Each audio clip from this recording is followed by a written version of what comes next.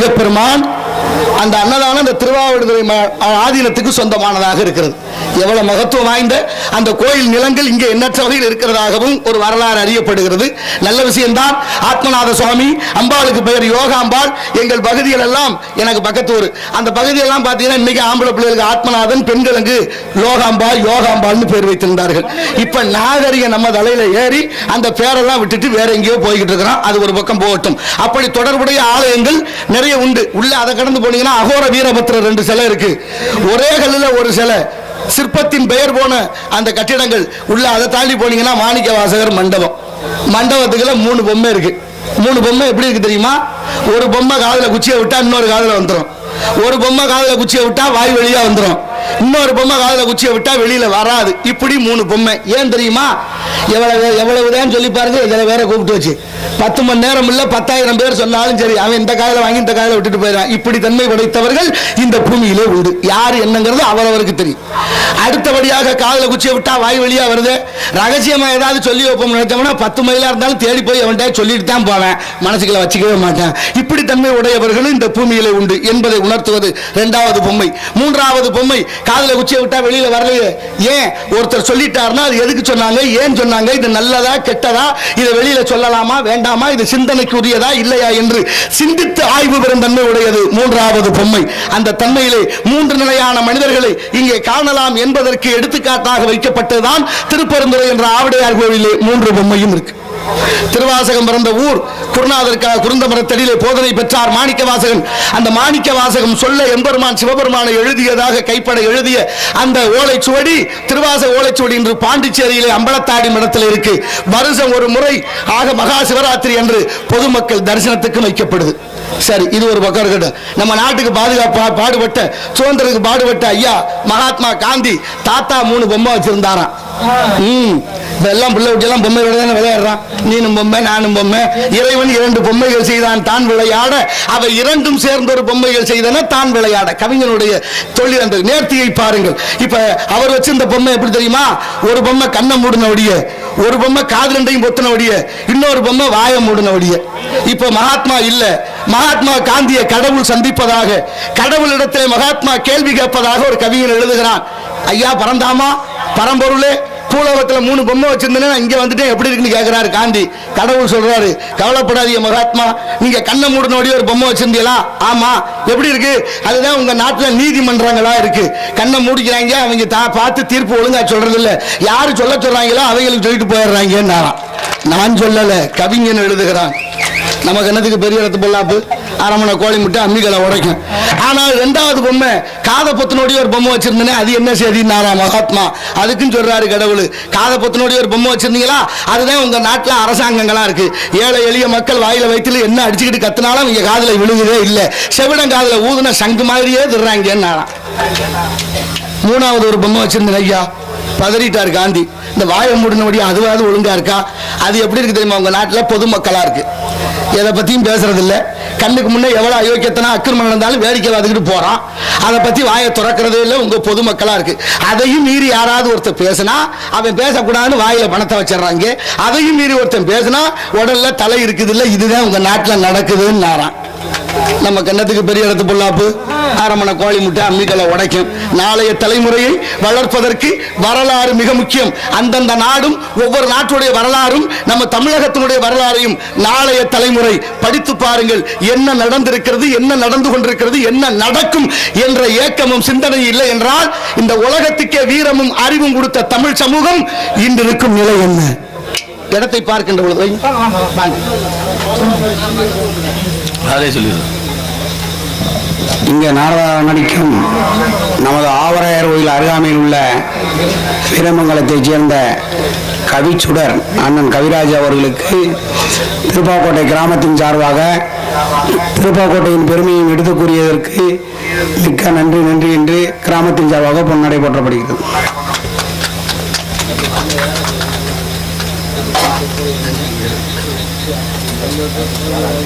உடுக்க இழந்தவன் கைபோலே அங்கே இடுக்கன் களைவதான் நட்பு ஐயன் வள்ளுவன் வாய்மொழி. அதற்கிணங்க ஆடை அணிவித்து மரியாதை செய்த திருப்பாக்கோட்டை கிராமத்தார்கள், பெரியோர்கள், தாய்மார்கள், இளைஞர் மன்றத்தார்கள், மகளிர் மன்றத்தார்கள் அனைவருக்கும் என் சார்பிலும் நான் சார்ந்திருக்கும் கலை குடும்பத்தின் சார்பிலும் உளமார்ந்த நன்றிகளும் வணக்கங்களும். ஆகினாலே இடத்தின் சிறப்பை பார்க்கின்ற பொழுது மக்கள் எல்லாம் ஒன்றுபட வேண்டும் என்ற நல்ல எண்ணத்தோடு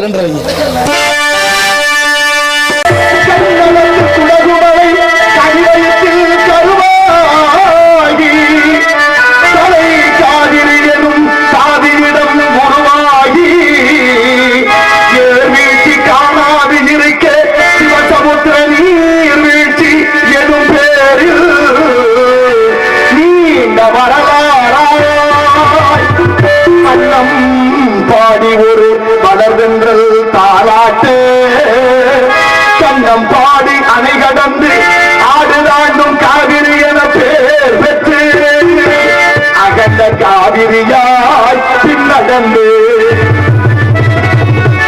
கைகாலம் பேர் வாழும் கல்லணையில் கொள்ளிடத்தில் காணும் இடமெல்லாம் பெருகி வந்து நம் தஞ்சை வளநாட்டை தாயாகி காப்பவளாம் தனி கருணை காவிரி போலுமிடமெல்லாம் சீர்திருத்தி பெருக்கி கண்ணும் கனியாகும் கருணையால் எல்லோருக்கும் பிள்ளையனாடும் பேச வந்த கண்களியே மகளே எங்கள் வாழ்வே இதயக்கணி எங்கள் இதயக்கணி திருப்பாக்கோட்டை மக்கள் எல்லாம் என்றும் நம் இதயக்கணி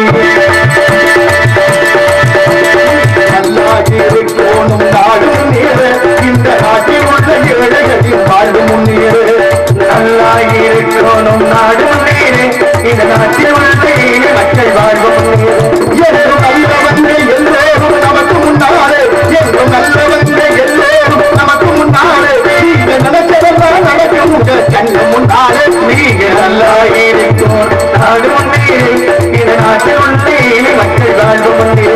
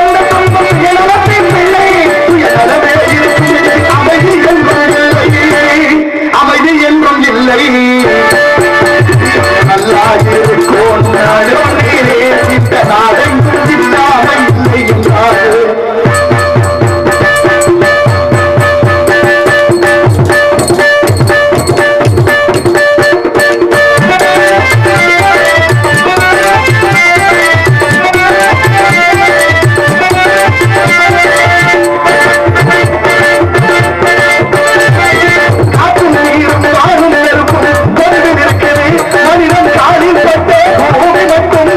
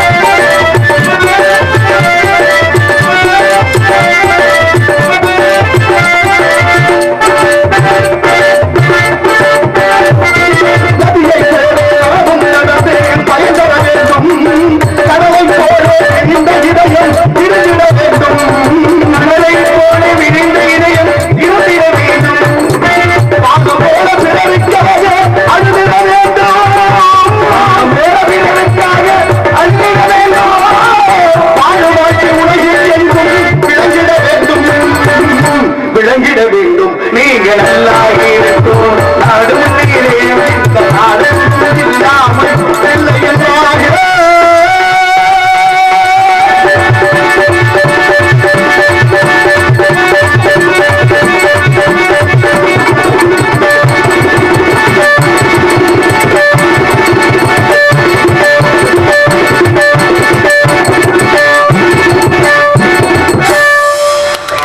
நமக்கிட்ட கத்துக்கிட்ட நாகரிகத்தை இன்னைக்கு வந்தவன் போனவெல்லாம் நமக்கு கற்பிக்கிற அளவுக்கு ஆயிப்போச்சு நிலைமை. ஒன்னும் சொல்றதுக்கு இல்ல.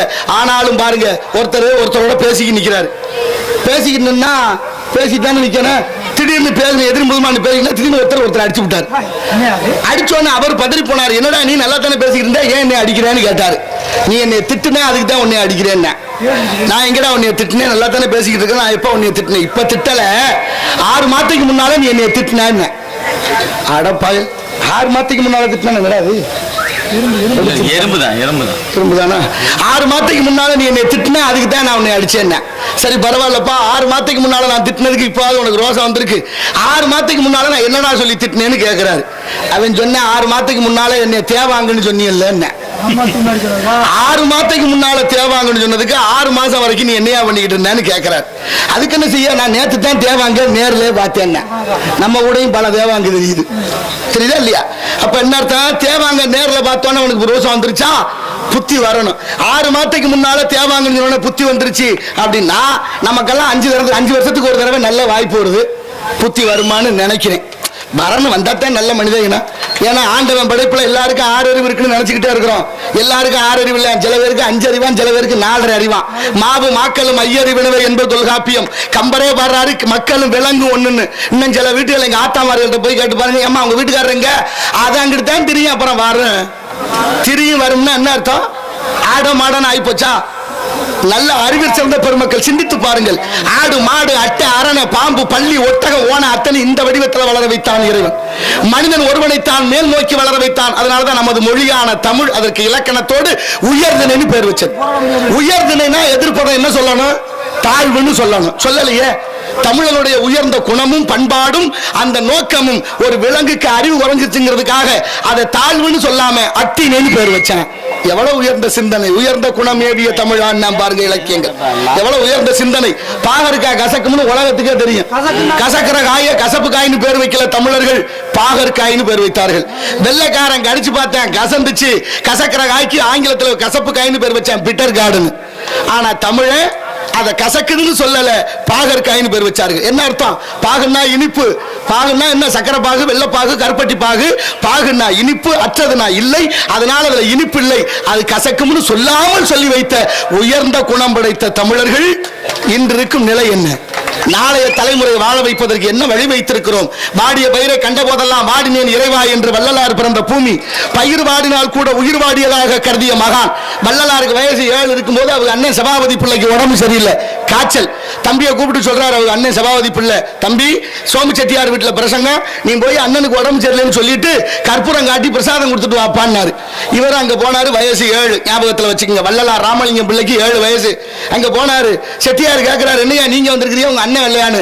அண்ணனுக்கு உடம்பு சரியில்லை, காய்ச்சல், என்னை வர சொன்னாரு. அவருக்கு கோவம் வந்துருச்சு. ஏன் இதெல்லாம் முன்னாலே சொல்ல மாட்டீங்களா? சொல்லியிருந்தா நான் வேற ஏற்பாடு பண்ணிருப்பேன். இன்னைக்கு வந்து அது சரியில்லை இது சரியில்லைன்னு அப்படின்னு அவர் கோவப்பட்டாரு. இங்க ஞாபகப்படுத்துறோம், மாணிக்க வாசர் பாடியது போல வேகம் கெடுத்தாண்ட வேந்த நடி வெல்கன்னு. பெரிய மனுஷன் ஆகிட்டா மட்டும் பெரிய மனுஷன், வயசாகிட்டா மட்டும் பெரிய மனுஷன் ஆக முடியாதான். வயசானதோடு சேர்ந்து கொஞ்சம் பக்குவமும் அடைந்திருந்தால் தான் அவர்கள் பெரிய மனிதர்கள். அதனாலதான் பெரியோர் எல்லாம் பெரியோரும் இல்லை, சிறியோர் எல்லாம் சிறியோரும் இல்லை, அறிவாளிகள் எல்லாம் அறிவாளிகள் அல்ல. அறிவை யார் பயன்படுத்துகிறார்களோ அவர்கள் தான் அறிவாளி. இப்ப வள்ளலார் திரும்ப அவரை கேட்கிறாரு, செட்டியாரையா காய்ச்சல் என்ன எங்க வீட்டுக்கு கடிதம் போட்டா வந்துச்சு, உங்களுக்கு நாங்க தகவல் சொல்லன்னாரு. பேச்சே இல்ல. சரி வந்த வேலையை பாருங்கன்னாரு. அவரை நான் பெரிய புராணம் படிக்கிறேன்னாரு. படிச்சாரு. 1 மணி நேரம் கடந்தது. ரொம்ப மகிழ்ச்சி செட்டியாருக்கு. செட்டியார் இப்ப சொல்றாரு ராமலிங்கத்தை பார்த்து, ராமலிங்கம் நாளைக்கு நீங்களே வந்துருங்க, உங்க அண்ணனை வர வேண்டாம்னு சொல்லுங்கன்னாரு. அண்ணன் வல்லேன்னு கோவப்பட்டாரு. 1 மணி நேரத்தில் அண்ணனை வர வேண்டான்னு அவர் வாயாலே சொல்ல வைத்ததுதான் மாற்றம். அந்த மாற்றம் தான் மாற்ற இயலாத ஒன்று. அப்படி சொன்ன அவரை பார்த்து இப்ப சொல்றாரு செட்டியார், நடந்தே வந்தீங்க, நடந்து போக வேண்டாம், நம்ம வீட்டு சாரட்டு வண்டியை கட்டி அனுப்புறேன், அதுல புறப்படுங்கன்னு சொல்லிட்டு கொஞ்சம் சன்மானமா பணம் கொடுத்து அனுப்புனாராம். எவ்வளவு கொடுத்துருப்பாரு? ஒரு 5000, 10,000, 20,000, 30,000 அப்படி இல்ல. அந்த காலத்துல அவருக்கு ஒரு சாக்கு நிறைய பணம் கட்டி கொடுத்தாங்க. ஒரு சாக்கே பணம் கட்டுற அளவுக்கு நம்ம நாட்டில் கோடீஸ்வரர்கள் இருந்திருக்கிறார்கள். நம்ம நாடும் வல்லரசு நாடாத்தான் இருந்திருக்கு. இதுல இருந்து நீங்க என்ன புரிஞ்சுக்கணும், அப்படி வல்லாதிக்க நாடா இருந்ததை இன்னைக்கு 150 லட்சம் கோடி கடன் வாங்கி வச்சிருக்காங்க. எதுக்கு வாங்கினாங்கன்னு தெரியல. நமக்கு தேவையில்லை, அது பெரிய இடத்து பொல்லாப்பு, அரமணை கோழி முட்டை அம்மிகளை உடைக்கும். ஆனா வள்ளலார் என்ன பண்ணாரு, வர்ற வழியிலே ஒரு மூட்டை பணத்தையும் தூக்கி பாலு கிணத்துல போட்டு போயிட்டாரு. யாருக்காவது மனசு வருமா பணத்தை கீழே ஓட? 5 ரூபாய்க்கு தர்மம் பண்ணிவிட்டு 50 ரூபாய்க்கு விளம்பரம் பண்றேன். இந்த நாட்டுல ஒன்னும் சொல்றதுக்கு இல்ல. ஆனாலும் பாருங்க, அவர் ஒரு மூட்டை பணத்தையும் தூக்கும் பாலும் கிணத்துல போட்டு போனாரு.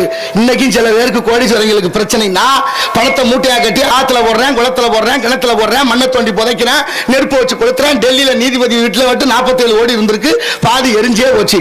ஆனா ஏழை எளிய மக்களுக்கு கொடுக்கறதுக்கு ஒருத்தனுக்கு மனசு வரல. எங்க சொல்ல என்ன நடக்குது இந்த நாட்டுல? ஆனா வள்ளலார் மேலே வழக்கு. மனசாட்சியோட சிந்திச்சு பாருங்க, வள்ளலார் மேலே வழக்கு. எதுக்கு? அவர் என்ன தப்பு பண்ணாரு? கடலூர் நீதிமன்றம் நீதிபதி வெள்ளக்காரன், வழக்கறிஞர் முத்துசாமி ஐயர் வழக்கு தொடுத்தவர் ஆறுமுக நாவலர்.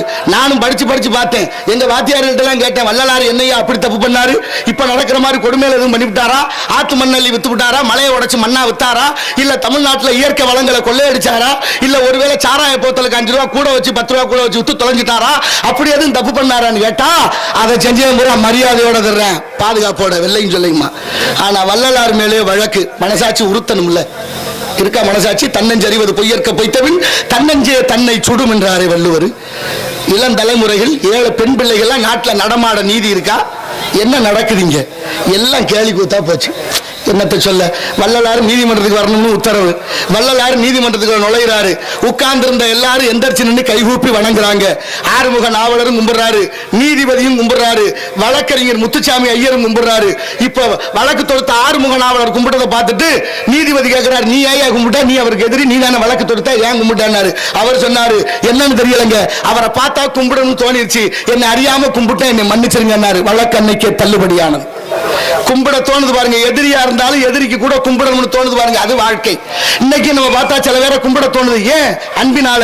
சில பேரை பார்த்தா கும்பிட தோணுது, இன்னும் சில பேரை பார்த்தா கும்பிட்டு தொலைக்கணும்னு தோணுது. படுத்துறாங்களே, பதவியில இருந்தாலும் படுத்துறேன், இல்லைனாலும் படுத்துறேன். அதிகாரிகளை கும்பிடுறதெல்லாம் அன்பினாலயா? என்னத்தையாவது இடைஞ்சல் பண்ணுவான்னு கும்பிட வேண்டியிருக்கு. சரி விடுங்க, நமக்கு என்னத்துக்கு இருந்தாலும் பாருங்க. அந்த காலத்துல காவிரி ஓடி வந்தா, தடுப்பே இல்லாமல் ஓடி காவிரி பூம்பட்டினத்துல போய் சேர்ந்துச்சு. என்னிலும் இளைய தம்பிமார்களே, தங்கைமார்களே, சகோதரர்களை யோசிங்க. காவிரி இப்ப ஓடுது, முக்கொம்பு, கல்லணை, காவிரி பூம்பட்டினம் என்ற பூம்புகார்ல. இதுக்கு முன்னால காவிரி எங்க ஓடுச்சுன்னு தெரியுமா? பாண்டிச்சேரிக்கும் கூவத்தூருக்கும் இடையில. சரி, அதுக்கு முன்னால காவிரி எங்க ஓடுச்சுன்னு தெரியுமா? சென்னை அடையாறு பக்கத்துல. இப்ப 3வது இடத்துல தான் காவிரி இங்க ஓடுது.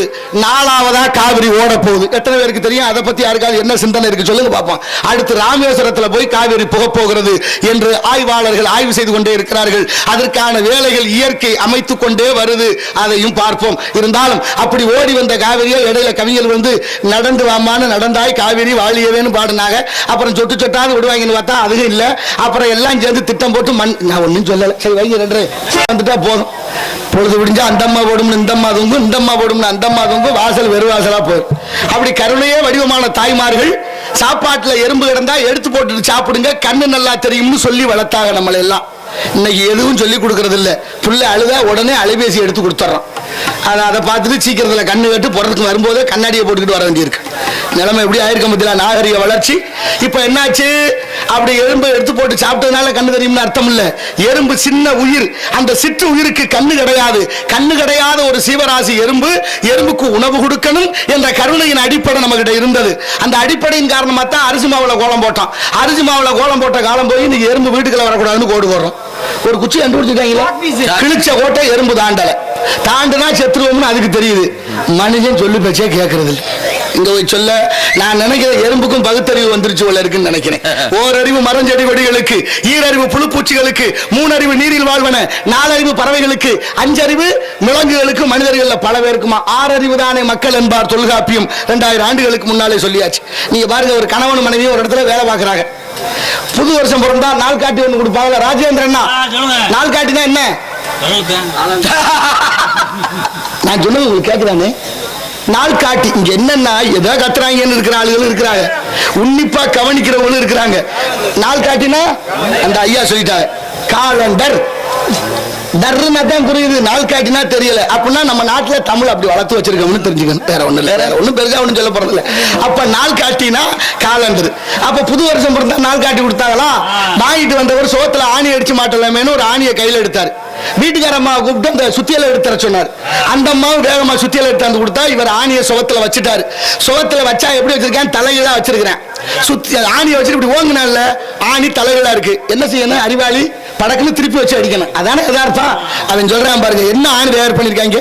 கொண்டை வைக்க வேண்டியதுல கூறு வச்சிருக்காங்க, கூறு வைக்க வேண்டியதுல கொண்டை வச்சிருக்காங்க, கூறு கட்ட வயல் என்ன அப்படின்னா ஆணி தயார் பண்ணது சரியில்லைன்னா ஆணிக்காரனை குறை சொன்னேன். உடனே பக்கத்துல இருந்த அந்த அம்மா சொன்னா, மனைவி, யோ அப்படிலாம் சொல்லாத, ஆணி சரியாத்தான் தயார் பண்ணிருக்காங்க. இந்த ஆணி கூறுங்கிட்டு இருக்கா, இந்த ஆணி இந்த சுவத்துல அடிக்கப்படாது, கொண்டுகிட்டு வா அந்த சுவத்துல அடிக்கணும்னாலாம் அவ. இப்ப ரெண்டு பேருக்கு அறிவு எவ்வளவு சொல்றது? எப்படி வளர்ந்துருக்கோம் நம்ம, எப்படி வளர்த்துருக்காங்க நம்மள நீங்க நல்லா கவனிக்கணுமா? நான் பொண்ணு உடுத்தவோ பொண்ணு எடுத்தவோ எப்படி கூப்பிடுறான்? வாங்க சம்பந்தி, நல்லா இருக்கலாம் சம்பந்தி. அவரும் ஆமா சம்பந்தின்னு சோறு தின்னுட்டு போறார். சம்பந்திங்கிற வார்த்தையை உச்சரிப்பு தப்பு. சம்முனா நல்ல, மந்தினா குரங்கு, வாங்க நல்ல குரங்குங்கிறோம்.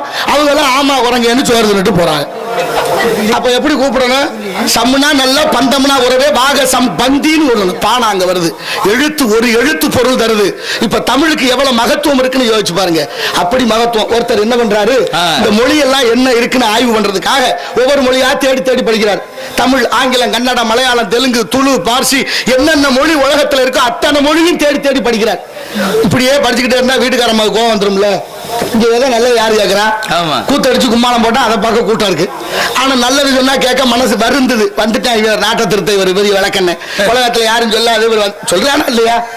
யார பேசல, ஏச்சுக்கும் பேச்சுக்கும் ஆளாகாத யார் இருக்கிறா? உலகமே நேர்மை இல்லாத போது ஒருத்தர் நேர்மையா இருக்கும்னா எவ்வளவு பெரிய ஆபத்து. பகிரங்கமா மிரட்டல் விடுறேன். என்னத்தை சொல்றது? இந்த பாதையெல்லாம் பாருங்க, வளைஞ்சு நெளிஞ்சு போகுதா? நான் நேராத்தான் போவேன்னா வளைவு நெளிவுல அடி வாங்கித்தான் ஆகணும். ஆனா அடி வாங்குறது ஒரு வகையில் நல்லதான் இருக்கு. அடிக்கிறவன் ஒழுங்கா அடிச்சு இருக்குன்னு சொல்லுவாங்கல்ல, அது அடி மேல அடி அடித்தால் அம்மையும் நகர், அது அம்மையும் நகர்னு ஒரு பழமொழி உண்டு. இப்ப அவர் படிச்சுக்கிட்டே இருந்தாரா, ஒரு வீட்டுக்காரமா கேட்குது, ஏயா இதே படிச்சுக்கிட்டு இருந்தா பொழப்பு தலைப்பை பாக்குறது இல்லையா, புள்ள ஊட்டி வச்சுக்கிட்டு கஷ்டப்படுறேன், சோத்துக்கு என்ன பண்றது திட்டினா. அவர் சொன்னாரு, அப்படி பேசாதம்மா, மொழி ரொம்ப முக்கியம். மொழியை இழந்துட்டோம்னா இனத்தை இழந்துருவோம். இனத்தை இழந்துட்டா சொந்த நாட்டில் அகதிகளா வாழணும். பல நாட்டு வரலாறு நமக்கு உதாரணம் சொல்லுது, அதனால படிக்கிறேன்னு சொன்னா. கேட்டுட்டு பேசாம இருக்கணும்ல.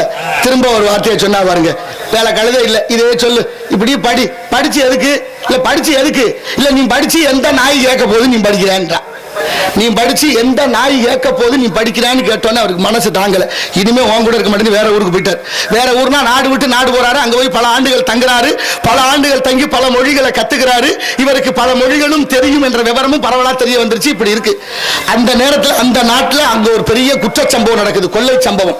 அந்த கொள்ளை சம்பவத்துல அரசாங்க கருவூலத்துல ஒரு கூட்டமா வந்து கொள்ளை அடிச்சுட்டு திருடிட்டு தப்பிச்சுட்டாங்க. திருடிட்டு தப்பிச்சு போனா காவல்துறைக்கு பெரிய நெருக்கடி ஆகுமா? காவல்துறை போய் தடயங்களை சேகரிக்குது, ஒண்ணுமே கிடைக்கல. அவங்க அவளை துல்லியமா தப்பிச்சுட்டாங்க. ஆனாலும் ஒரு தடயம் சிக்கிருச்சு. என்ன பண்ணிட்டாங்க, வரும்போது சும்மா வரக்கூடாதுன்னு ஒரு நாயை கூட்டிட்டு வந்திருப்பாங்க இவளுக்கு. ஆமா, நாயை கூட்டிட்டு வந்து திருடினவங்க கூட்டிட்டு போகாம அவசரத்துல நாயை விட்டுட்டு அவங்க தப்பிச்சுட்டாங்க. இப்ப நாய் காவல்துறையில சிக்கிருச்சு. நாயை வச்சு எப்படி துப்பு துளக்குறது? நான் கேட்கிறேன், நாய் சொல்லுமா, நான் இன்னும் ஊர்ல இருந்து வந்தேன், இத்தனை பேர் வந்தா இன்னார் தான் வந்தோம், நான் சொல்ல போகுது? சொல்லாது இல்ல. நாய் பேச முடியாதுன்னு தெரியும். நாய்க்கு எத்தனை அறிவு? 5 அறிவு. மனுஷனுக்கு 6 அறிவு. ஆனா இன்னைக்கு திருட்டு வழக்கு, கொலை வழக்குன்னா காவல்துறை நாயை பிடிச்சிக்கிட்டே தர்றாங்களே, எத்தனை அறிவு? 5 அறிவு. யாருக்கு? நமக்கு தெரியாதுப்பா. நான் யதார்த்தமா தான் கேட்கிறேன். நீங்க என்ன தெரியாது, பெரிய இடத்து பொல்லாப்பு, அரமணை கோழி அப்படின்னா யாராருக்கு அப்படிங்கிற சிந்தனைக்கு வேலை கொடுக்கணுங்கிறது, வேற ஒண்ணு இல்ல. இப்ப என்னாச்சு, நாயை வச்சு துப்பு துளக்கலாம். எப்படி துளக்கணும் தெரியுமா? எந்த யார் வளர்க்கிறாங்களோ அந்த மொழி அதுக்கு தெரியும். இப்ப தமிழர்கள் நீங்க வளர்த்துறீங்கன்னா தமிழ்ல கூப்பிட்டா வந்துடும். இந்திக்கார நாய் வளர்த்திருந்தா இந்தியில கூப்பிட்டா வந்துடும். ஆங்கிலேயர் நாய் வளர்த்திருந்தா ஆங்கிலத்துல கூப்பிட்டா வந்துடும். எந்தெந்த மொழிக்காரர்கள் எந்த பிராணியை வளர்க்கிறார்களோ அந்தந்த மொழி அந்தந்த பிராணிகளுக்கு தெரியும். இப்ப இந்த நாய் எந்த மொழியில வளர்த்ததுன்னு கண்டுபிடிக்கணும்ல. இப்ப ஏற்கனவே ஒரு மொழி தெரிஞ்சவர் இருக்காரு, அவரை கூட்டிட்டு, பல மொழியும் தெரிஞ்சவர், அவரை கூட்டிட்டு போய் பேச சொன்னாங்க. அவர் ஒவ்வொன்றா சொல்லி கூப்பிடும் போது ஒரு மொழியை பேசும்போது நாய் அவரை திரும்பி பார்க்குது. அந்த மொழி நாய்க்கு புரிஞ்சிருச்சு, வாலாட்டிருச்சு. நாயை கிட்ட கூப்பிட்டு அணைச்சிட்டாரு. காவல்துறைக்கு துப்பு தொடங்கியாச்சு. இப்ப இந்த மொழிக்காரர்கள் தான் திருட வந்தார்கள் என்று திருடர்களை கண்டுபிடிச்சு தண்டனை கொடுத்தாச்சு. இதுல என்ன கதைன்னா, இதை கண்டுபிடிக்க காரணமா இருந்தாரு மொழி பற்றோடு அவருக்கு ஏதாவது கௌரவம் பண்ணணும்னு விரும்புது அந்த அரசாங்கம். எது கேட்டாலும் வேணாங்கிறாரு. நாட்டில் குடியுரிமை வேணுமா? வேண்டாம். பங்களா வேணுமா? வேண்டாம். காசு பணம் வேணுமா? வேண்டாம். நகை வேணுமா? தங்க வேணுமா? பிளாட்டினம் வேணுமா? வெள்ளி வேணுமா? எதுவும் வேண்டாம். என்னையா இவ்வளவு ஒரு அரிய வாய்ப்பை செய்து விட்டு எதுவும் வேண்டாம்னு சொல்றீங்களே? ஆமாங்க ஐயா, எனக்கு எதுவும் வேண்டாம். சரி, உங்களுக்கு என்னதான் வேணும் அதையாவது நீங்க கேளுங்க அப்படின்னு அவர் சொன்னார். எனக்கு அதெல்லாம் வேண்டாம், கோவிச்சுக்காம இந்த நாயை மட்டும் என்கிட்ட கொடுத்துருங்கன்னாரு. காவல்துறைக்கே ஒரே அதிர்ச்சி. எதுக்கு நாயை கேட்கிறாரு? அது ஏற்கனவே களவாணி பயில வெளுத்த நாய், எதுக்கியா உனக்குன்னு கேட்க. அப்ப சொன்னாரு பாருங்க, தயவு செய்து சிந்தனையோட கேளுங்க. இவர் சொல்றாரு, எதுக்கு நாயை கேட்கிறேன்னு தெரியுமா? நான் இந்த மொழியெல்லாம் தேடி தேடி படிச்சேன். என் வீட்டுக்காரி கேட்டா எந்த நாய் கேட்க போகுதுன்னு கேட்டா, இந்த நாய் கேட்டுச்சுட்டு நான் கத்துக்கிட்டதை நீ சொல்லணும்னு அந்த நாய் கொண்டு காட்டுறதுக்காகத்தான் கேட்டேன். நாயா இருந்தாலும் மொழி பற்றோடு இருக்கு. இந்த திருப்பாக்கோட்டையில் ஒரு நாய்க்குட்டிக்கு ஒரு ரொட்டி துண்டை போடுங்க, அடுத்த வருஷம் வர்ற வரைக்கும் வாழாட்டிக்கிட்டே இருக்கும். நம்மளை கண்டா அந்த நினைவுல வச்சிருக்கு. ஆனா மனுஷன் சாப்பிட்ட வீட்டுல கை கழுவுறதுக்குள்ள எந்த வீட்டுல சாப்பிட்டோம்னே மறந்துடுறேன். எங்க சொல்ல நன்றி மறப்பது நன்றன்று, நன்றல்லது அன்றே மறப்பது நன்று. தமிழன் என்ற சிந்தனையிலிருந்து விலகி விட்டதனுடைய விளைவு எங்க நிக்கிறோம்னு தயவு செய்து சிந்தித்து பாருங்கள். ஆகினாலே இடத்தின் சிறப்பை பார்க்கின்ற பொழுது அஞ்சல் வைப்பா உயர்ந்த இடத்தில் அறிவிக்குது அரசாங்கம். வறட்சி மாவட்டம்னு ராமநாதபுரத்தை அறிவிக்குது. ஆனா உண்மையிலேயே இந்த இளைஞர்கள் எல்லாம் தெரிஞ்சுங்க, 1800களில் ஒரு பஞ்சம் வருது. 1800களில் தாது வருஷத்து பஞ்சம்னு ஒண்ணு வருது.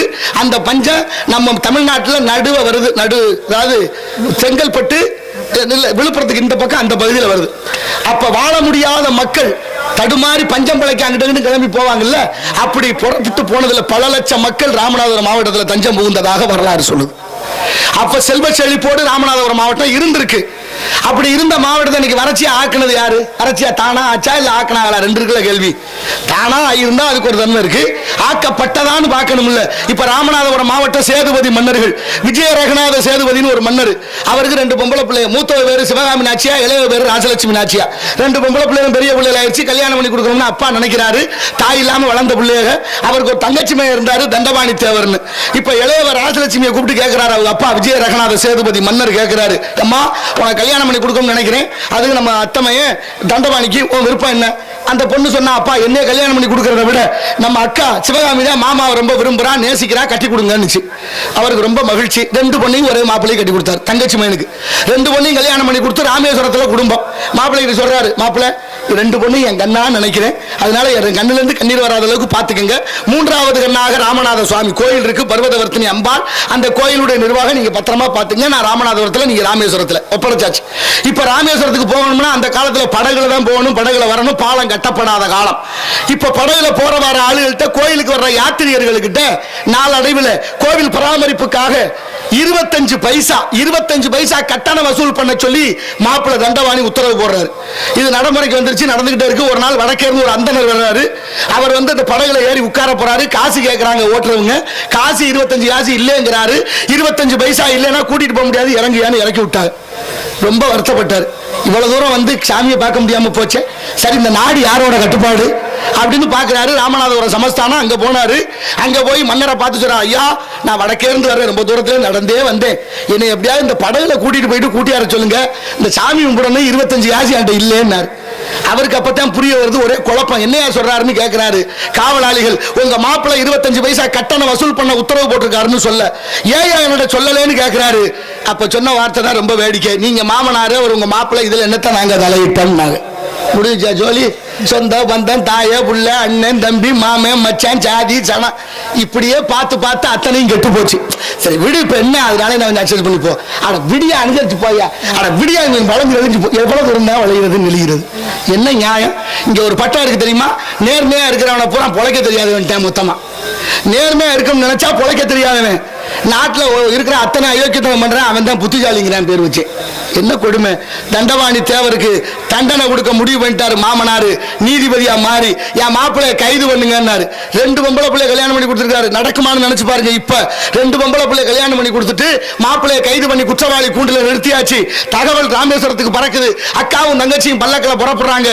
நம்ம புருஷன் தப்பு பண்ணிட்டா அப்பா தண்டனை கொடுக்க போறாரு, போய் ஒரு நாளைக்குள்ள முகத்தையாவது பார்த்து தொலைவோம், தாலி கட்டின கடமைக்கு அப்படின்னு நினைச்சு 2 பேரும் பல்லக்கில் புறப்பட்டு வந்துகிட்டே இருக்காங்க.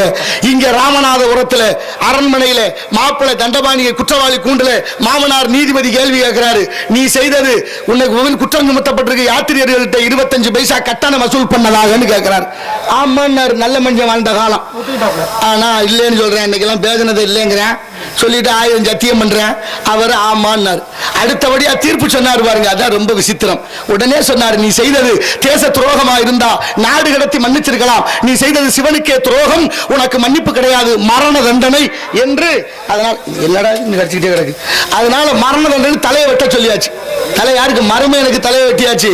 தகவல் அக்காவுக்கு தங்கச்சிக்கும் போகுது, நடந்தது பல்லக்கில் வந்துகிட்டே இருக்காங்க. அக்கா சிவகாமிக்கு தகவல் தெரியுது, கணவனு தலையை வெட்டியாச்சுன்னு. பதறி போனா பல்லக்க கீழே வைக்க சொல்லி கீழே இறங்கி அங்கனே தீ மூட்டி அங்கனே உயிர் விட்டா. அதான் ராமேஸ்வரத்தில் அக்கா மடம். தங்கச்சிக்கு தகவல் தெரியுது, அவளும் பல்லக்க விட்டு இறங்கி அங்கனே தீ மூட்டி அங்கனே உயிர் விட்டா. அதான் ராமேஸ்வரத்தில் தங்கச்சி மடம். அக்காவும் தங்கச்சியும் தீக்குளிச்சு இறந்த இடம் தான் ராமேஸ்வரத்தில் அக்கா மடம், தங்கச்சி மடம். ஆனா அவங்க அப்பா அக்காவும் தங்கச்சியும் 2 பொம்பளை பிள்ளை ஞாபகமா மடம் கட்டி சோறு போட்டாரு. இன்னைக்கு மடமும் இல்ல, பேர் மட்டும்தான் இருக்கு. சாலை விரிவாக்கத்துல மடத்தையும் வெட்டியாச்சு, மரத்தையும் வெட்டியாச்சு. என்ன வச்சிருக்கிறோம் நம்ம? இதுல என்ன ஆச்சரியம் தெரியுமா? பொம்பளை பிள்ளை வாழ முடியாத காலமா இருந்தது, அதனால தீக்குளிச்சாங்க.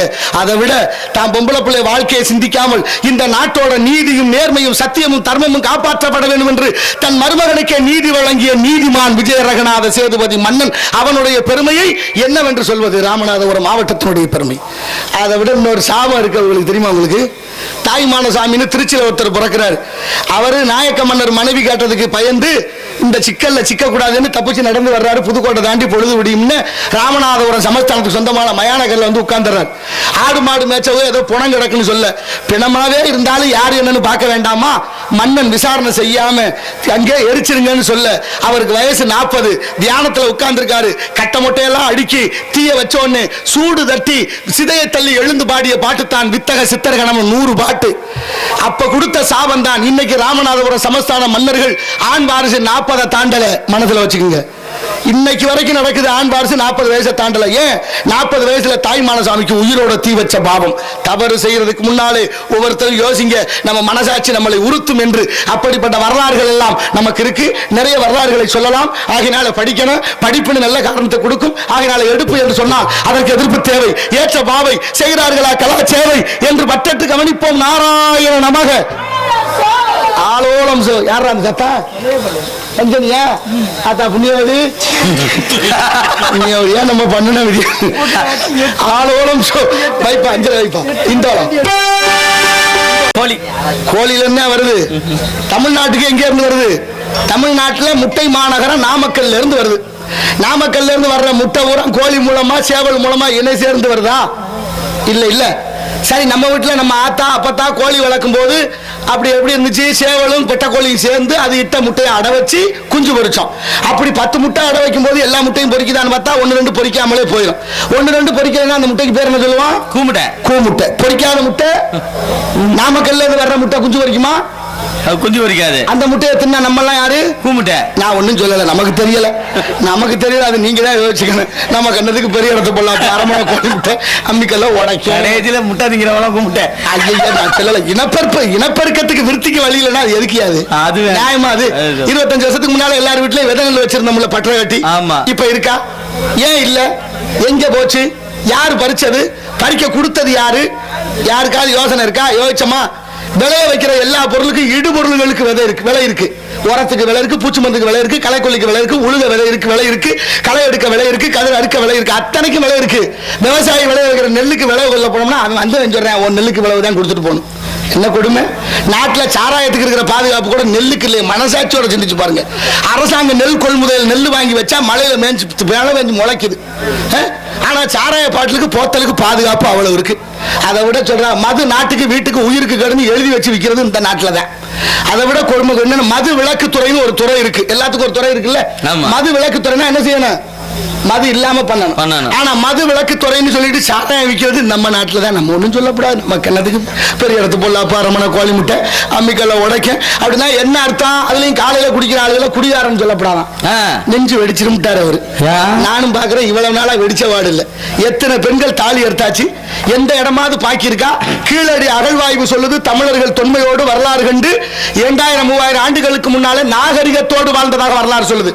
நான் கேட்கிறேன் என் தமிழ் பெரியோர்களே, இன்னொரு 200-300 வருஷம் கழிச்சு இந்த தமிழ்நாட்டில் எங்கேயாவது தோண்டுனா நமக்கு வரலாற்றுல என்ன கிடைக்கும்? ஆவணமா? சாராய போத்தலை தவிர வேற என்ன கிடைக்கும்? மனசாட்சி இருக்கா? ஆடு மாடு நடக்க நீதி இருக்கா? இந்த நாடு வேலை பார்க்க வயலுக்குள்ள இறங்கி வேலை பார்க்க முடியுதா? கண்ட இடத்துலையும் போட்டு உடைச்சு வச்சுட்டீங்களே, இன்னைக்கு நிறுத்தினா கூட இன்னும் 100 வருஷம் ஆகுமே, அதெல்லாம் சரி செய்ய முடியுமா? நினைச்சு பாக்குறோமா? நாளைய தலைமுறை எப்படி வாழ போகுது என்ற எந்த ஏக்கமும் இல்லை, எதை பத்தியும் கவலை இல்லை. எவன் செத்தாலும் பரவாயில்ல, எனக்கு காசு கொடு. எப்படி எவன் ஏக்கர் விட்டு போனான்னா காசு வேணும்னு கேட்கறானா இல்லையா? 10 ரூபா கூட போறாங்கிறானே, எங்க போய் சொல்ல? என்ன நடக்குது இங்க? அப்படி உயர்ந்த தமிழ், அப்பேற்பட்ட தமிழ் வளர்த்த நாடு அமெரிக்கா. நயாகரா நீர் அருவி உள்ள நுழையிற போது தமிழ்ல வச்சிருக்கேன் நல்வரவனு. இங்க இருந்து போன தமிழர் ஒருத்தர் கேட்கிறாரு, என்னங்க அமெரிக்கா வல்லாதிக்க நாடு, அது நயாகரா நீர் அருவி, இங்க ஒண்ணாந்து தமிழ்ல வச்சிருக்கல, என்ன காரணம்னு அவர் சொன்னா, வெள்ளக்காரன் சொல்றான் பாருங்க பதில். ஏன் தமிழ்ல வச்சிருக்கேன் தெரியுமா? இந்த உலகத்துக்கே உயர்ந்த நதி நயாகரா, உலகத்திலே உயர்ந்த நதி நயாகரா, உலகத்துக்கே மூத்த மொழி தமிழ். உயர்ந்த நதியும் மூத்த மொழியும் ஒன்னாக இருக்கணும்னு வச்சோம். பாரு, நம்ம தமிழ்ல பேரே வைக்கல, தமிழ்ல பேரை பூரா மாத்திட்டோம். யாசிகா, அபர்ணா, பிருத்திகா, தர்ஷினி, மகிஷா, சர்மா, குருமா, வருமானு பேர் வச்சுட்டோம். குருமா வருமாவா? ஆமா ஆமா சொல்லுவேன்ல, யோகம் வரும் வைனா நம்ம 70-78 ஆண்டு காலமா அடுத்தவன் சின்னதான் நம்புறோம். நமக்குன்னு சுய சிந்தனை, சுய அறிவு, படிப்பு எதை பத்தியும் இல்லையே. யோகம் வரும், குருமானு பேர் வைடா, யோகம் வரும்னா வைப்பேன். இக்கரைக்கு அக்கறை பச்சை நினைச்சு பாருங்க. யாசிகான என்ன அர்த்தம்? யாசகம்னா பிச்சை, யாசிகானா பிச்சைக்காரின்னு அர்த்தம். தர்ஷினா அமாவாசை இருட்டுன்னு அர்த்தம். மகிஷான்னா எரும மாடுன்னு அர்த்தம். நான் என்ன சொல்ல, அபர்ணான்னா அம்மனமானவன் அர்த்தம். அஜித் குமார்னா என்ன தெரியுமா? இத்தனை அறிவு, அஜித்னா அறிவு இல்லாதவன் அர்த்தம். போற வழியில குறுக்க எவர் வந்தாலும் தூக்கி எறியப்படுவீர், வாய்ப்பு இல்லை. ஏன்னா அவ்வளவு இருக்கு இந்த உலகத்துல. நல்ல தமிழ்நாட்டுல தமிழ் இருக்கான்னு யோசிங்க. என் அறிவில் சிறந்த பெரியவர்களே, தமிழ்நாடு அரசு போக்குவரத்து கழகம்னு இருந்துச்சு, இருக்குல்ல? தமிழ்நாடு அரசு போக்குவரத்து கழகம்னு பேருந்துல இருந்தத தமிழ்நாடுங்கிறத எடுத்தாச்சு, அரசு போக்குவரத்து கழகம் இருக்கு. எந்த அரசு போக்குவரத்து கழகம்? யாராவது கேட்டிருக்கீங்களா? எவ்வளவு அயோக்கியத்தனம்! என்ன நடக்குது இந்த நாட்டுல? தமிழ்நாடு அரசு போக்குவரத்து கழகம்ங்கிறதுல தமிழ்நாட்டை நீக்கியாச்சுன்னா எங்க என்ன நடக்குது இங்க? நமக்கு என்ன சொல்றது? எனக்கு ஒரு பயமா இருக்கு. என்ன நடக்குது? சிங்கப்பூர்ல 17 தமிழ் சங்கம் இருக்கு. சிங்கப்பூர்ல 17 தமிழ் சங்கம் இருக்கு. சங்க வைத்து தமிழ் வளர்த்த மதுரையில எத்தனை தமிழ் சங்கம் இருக்கு சொல்லுங்க? அறிவில் சிறந்த பெரியவர்களே, தமிழ்ல சங்கம் இருக்கா? தமிழ்ல பேச முடியுதா? தமிழ்ல பேர் வச்சிருக்கமா? தமிழ்ல பாடம் இருக்கா? பள்ளிக்கூடத்துல படிக்கும் போது சாப்பிடுறதுக்கு முன்னால பகுத்துண்டு பள்ளியூர் ஓம்புதல் நூலோ தொகுத்தவற்றுள் எல்லாம் தலை அப்படின்னு திருக்குறள் சொல்லிட்டு சாப்பிட்டா இன்னைக்கு இருக்கா? ஆத்திச்சூடி அரஞ்சை விரும்ப ஆர்வது சினம் இயல்வது கடமையில் ஈவது விளக்கல் உடையது விளம்பல் ஊக்கமது கைவிடல்னு அந்த கிழவி அவ்வையார் வச்ச பாட்டு இருந்துச்சு, இன்னைக்கு இருக்கா? வீர வரலாறான சோழ வரலாறு, மண்ணிந்தி சோழன் தன் மகனை தேர்காலில் இட்டு கொன்றான் என்ற வரலாறு படிச்ச பள்ளிக்கூட பாட புத்தகத்தில் இன்னைக்கு இருக்கா? ஏன் இல்லைன்னு யாராவது கேட்டியலா? ஏன் எடுத்தமணி அவனாவது சொன்னானா? அவங்களும் சொல்லல, நீங்களும் கேட்கல. கண்டதே காட்சி கொண்டதே கோலம். நம்மளோட பிள்ளையெல்லாம் தறி கட்டு தெரியுது. என்ன சொல்ல? பள்ளிக்கூடத்துக்கு போற பிள்ளைய பள்ளிக்கூட புத்தக பையில அருவாளை கொண்டுட்டு போறேன் இன்னொரு மாணவனை விட்ட. எந்த அளவுக்கு கல்வித்தர வளர்ச்சி ஆயிருக்கு யோசிச்சு பாருங்க. 5 வயசுல பிள்ளை சொல்றேன், எங்க அப்பா ரொம்ப தங்கமானவர், எங்க அப்பா மாதிரி அப்பாவை பார்க்க முடியாது அப்படின்றாங்க. ஏன்னா எது கேட்டாலும் வாங்கி கொடுப்பாருல. அப்புறம் 10 வயசானு சொல்றேன், எங்க அப்பா நல்லவர் தான், இருந்தாலும் அப்பப்பா கத்துவாரு, பிடிக்கல புத்தி சொன்னா. 15 வயசுல அம்மாட்ட போய் சொல்றேன், அம்மா உன் வீட்டுக்காரர் சொல்லி வை, தேவையில்லாம என் விஷயத்துல தலையிடுறாரு, அப்புறம் நல்லா தெரியாதுன்றேன். 20 வயசுக்கு அப்புறம் போய் சொல்றேன், பாருங்க எப்படி அந்த ஆளை கட்டிட்டு குடும்பம் பண்ண, ஐயோ நீ இவன் தலையில அடிச்சுக்கிறேன். 2 பேரும் பேரம் பேத்தி இருக்க போற நேரத்துல. அப்புறம் 30 வயசுல சொல்லுவேன், நான் எங்க அப்பாவோட பேசுறது இல்லைங்க. யாப்பா எது செஞ்சாலும் குத்தம்ங்கிறாரு, லூஸ் மாதிரி பேசிக்கிட்டு இருக்கேன் ஆளு. லூஸ் நடக்குதா இல்லையா? எத்தனை வீட்டுல நடந்திருக்கு? அப்புறம் ஏன் முடி வெட்டிட்டு வாங்கினா மண்டையில கோடு போட்டு ரோடு போட்டு, நாகரிகம் அதுக்கு பேரு, பண்பாடு அதுக்கு பேரு, கலாச்சாரம் அதுக்கு பேரு. மனசாட்சியோட சிந்திச்சு பாருங்க. முடி அலங்காரம் என்பது முகம் அழகா காட்டணும், அலங்கோலமா தர்றாங்க, கேட்டா நாகரிகம். ஆனா அவங்க செஞ்சாலும் பரவாயில்லைங்க. ஒரு சின்ன பிள்ளைய கூட்டிட்டு போய் அவங்க அம்மா கோடு போட்டு கூட்டிட்டு வரா, எதுக்கு பிள்ளைக்கும் தெரியல, அந்த தாய்க்கும் தெரியும். என்ன நடக்குது? எது நாகரிகம்? எது நாகரிகம்? தனியா ஒரு நாளே பேசணும் இதுக்கெல்லாம். 40 வயசான அவனுக்கு கல்யாணம் ஆகி புள்ள விட்டு வந்துருமா? அப்ப சொல்லுவான் பாருங்க, ஏண்டாண்ட பாடு எடுத்துறிய. அந்த காலத்துல அவ்வளவு வறுமையிலையும் எங்களை எல்லாம் எங்க அப்பா எப்படி வளர்த்தாரு தெரியுமா? எங்க அப்பா மாதிரி அப்பாவை பார்க்க முடியாதுங்க. எப்ப? 40 வயசுல. 5 வயசுல சொன்ன வார்த்தையை திரும்ப கேட்க 35 வருஷம் இடைவெளி தேவைப்படுது. இது யதார்த்தம். யதார்த்தம் தான் வாழ்க்கைக்கு உகந்தது. இக்கரைக்கு அக்கறை பச்சை, அக்கறையோட இருந்தா இக்கரையும் பச்சை அப்படிங்கிற மனசாட்சியோட சிந்தித்து நாளைய தலைமுறைக்கு நல்ல தமிழை ஊட்டுவோம், தமிழோடு சேர்ந்த உணர்வையும் ஊட்டுவோம். உணவு மனிதனுக்கு மிக முக்கியம். உணவு தான் உணர்வை கொடுக்கணும். என்ன சாப்பிட்றோமோ அதுக்கு தகுந்த புத்தி வேலை செய்யும், தெரியுமா இல்லையா? மாம்பழம் அதிகமா சாப்பிட்டோம்னா வயிற்று போக்கு உண்டாகும், நெய் அதிகமா சாப்பிட்டோம்னா அசீரணம் உண்டாகும், எருமைப்பாலை அதிகமா குடிச்சோம்னா மந்தம் உண்டாகும். எருமை மந்த பிராணி, புயல் வந்தாலும் விலகாது, மழை வந்தாலும் விலகாது. அது போல சாராயம் அதுக்கு மேல உள்ள போச்சுன்னா நம்ம சொல்றதை கேட்கறானே இல்லை. அவன் சொன்னதே சொல்லி அது எப்ப முடியுதோ அதுக்கப்புறம் தான் இழுப்பு. நாராயணன் இதுக்கெல்லாம் என்ன வேணாலும் நடக்கலாம். நீங்க எரும மாட்டுக்கும் பசு மாட்டுக்கு என்ன வித்தியாசம்? என்ன வித்தியாசம்? நீங்க பசு மாடு கட்டி கிடக்கிற சுத்தம் இல்லைன்னா படுக்காது. எரும மாடு அப்படி இல்லை, எங்க வேணாலும் படுக்கும். பசு மாடு வெயில்ல ரொம்ப நேரம் நிக்கும், எரும மாடு நிக்க முடியாது. என்ன வெயில் தாங்க முடியாம தண்ணி கிடக்கான்னு பார்த்து ஒண்ணு இல்லைன்னா சாக்கடைக்குள்ள கூட விழுந்துரும். அதே பசுமாடு 10 மாட்டுகளை விட்டாலும் 10 மாடுல 1000 மாடுகளை விட்டாலும் பசுமாடு கண்டுபிடிச்சு தன்னுடைய கண்டுக்குட்டியை 10 மாட்டுகளை விட்டாலும் எரும மாடு கண்டுபிடிக்க முடியாது. பசும்பால் தண்ணியா இருக்கும், தாய்ப்பாலுக்கு இணையானது. எருமப்பால் அடர்த்தியா இருக்கும், அது மந்த உண்டாகும். நீங்க சில பேர் எரும மாதிரியே பாத்திருக்கீங்களா இல்லையா? என்ன சொன்னாலும் கேட்க மாட்டேன். நான் கேட்கிறேன், ஒரு 10,000 ரூபாய்க்கு பட்டு வேஸ்ட் கட்டி பட்டு சட்டை போட்டு இந்த இடத்துல வந்து உட்காருங்கன்னா நீங்க உட்காருவீங்களா? எப்படி உட்காருவோம்? இவ்வளவு இடம் இருக்கு, நீங்க உட்கார்ந்தானா உங்களை உட்கார வேண்டாம்னு யாரும் சொல்லல. ஏன் உட்கார மாட்டேங்கிறீங்க? மண்ணா இருக்குது. வேட்டி சட்டை அழுக்காய் உங்க வாழ்க்கையை தீர்மானிக்கிறது துணியா இல்ல நீங்களா? எப்படி பாருங்க, உடுத்த உடையும் உண்ண உணவும் இருக்க இருப்பிடமும். அப்ப உடை கூட நம்மளை தீர்மானிக்குதுன்னா நம்ம வாழ்க்கை எப்படி இருக்குங்கிற ஒரு சிந்தனை வேண்டுமா வேண்டாமா? நாட்டுல நல்லவன் வாழ முடியல, நல்லவர்கள் நிம்மதியா இருக்க முடியல. மிக மிக நல்லவர்கள் இருப்பது மேல் நாட்டாரியன் பெர்னாட் ஷா சொல்ற ஆபத்துன்னு சொல்றாரு. நபிகள் நாயகத்தை கல்லால் அடிச்சது இந்த உலகம், இயேசுநாதர் சிலுவையில் அடிச்சது இந்த உலகம், அப்பர் பெருமான கல்லில் கட்டி கடல்ல போட்டான் மகேந்திர வல்லவன், ஞான சம்பந்தர் குடியிருந்த மரத்துக்கு தீ வச்சான் ஜமனர்கள் மதுரையிலே, இந்த உலகம் உருண்டேன்னு கண்டுபிடிச்ச விஞ்ஞானியை உயிரோட கொளுத்தியது இந்த உலகம், மகாத்மாவை சுட்டது இந்த உலகம். இதை விட என்ன வேணும்? வீட்டுக்கு வீடு ஆட்டுக்குட்டி புள்ள மாதிரி வளர்க்குறான். ஆடு புள்ள மாதிரி வளருது, மச்சான் வீட்டுக்கு வந்துட்டா அதுக்கு ஆயுசு முடிச்சு வருது. எந்த ஆட்டுக்குட்டியாவது பேரம் பேத்தி அடிச்சு செத்துருக்கா? ஆடு கடிச்சு மனுஷன் ஜாகல, கோழி கொத்தி மனுஷன் ஜாகல, மாடு கடிச்சு மனுஷன் ஜாகல, மீன் கடிச்சு மனுஷன் ஜாகல, அதெல்லாம் கடிச்சு மனுஷன் ஜாகல. நான் ஒன்னும் சொல்லல. ஆடு செய்வோம், மாடு செய்வோம், மான் செய்வோம், குரங்கு செய்வோம், யானை செய்வோம், மனுஷன் மட்டும் செய்வோம்னா சாப்பிடுறது இல்ல. என் அறிவு சிறந்த பெரியவர்களே, மனித படைப்பே சைவத்துக்காக படைக்கப்பட்டது. உதாரணம் சொல்லவா? ஆடு மாடு மனிதனுக்கு பல்லு தட்டையா இருக்கு, தாவரத்தை உண்ணுவதற்காக. நாய் நரி புலி சிங்கத்துக்கு பல்லு கூர்மையா இருக்கு, மாமிசம் உண்ணுவதற்காக. நமக்கு ஆடு மாடுகளுக்கும் கடவா பல்லு இருக்கு, அது உணவை அரைத்து உட்கொள்ள வேண்டும் என்பதற்காக. நமக்கு வியர்வை சுரப்பி இருக்கு. நாய் நரி புலி சிங்கத்துக்கு பல்லு கடவாய் பல்லு இல்ல, வியர்வை சுரப்பி இல்ல. நாய்க்கு வாயிலிருந்து ஒரு திரவம் வழியை எச்சு ஒழுகும், அதுக்கு பேரு சல்வாயின்னு பேரு. அது போலதான் சிங்கத்துக்கும் புலிக்கு இருக்கு. உண்ணுகிற மாமிசத்தை தூக்கி உள்ளதல்னா அந்த நீர் அதை செரிமானம் செய்யும். நமக்கு அப்படி இல்லை. வித்தியாசம் இருக்கா? நல்லா கவனிங்க. வள்ளுவர் கூட 1330 குறள் வச்சு 133 அதிகாரத்தில் ஒரு அதிகாரம் புலால் மறுத்தல் வச்சார். கொல்லான் புலாலை மறுத்தானை கைமுப்பி எல்லா உயிரும் தொழும் என்று பாடினாரே. இருக்கா? எத்தனை கதை சொல்ல, ஒரு நாள் பத்தாது. ஒரு 2 நாளைக்கு நடத்தின நாடகம் எனக்கு அது போட்டேன். இதெல்லாம் சொன்னா பல பேருக்கு பொறுக்கு இல்லை. அதனால இங்கே வந்திருக்கிறார் வள்ளி என்ற அந்த வகையில் 5 வைப்பார்.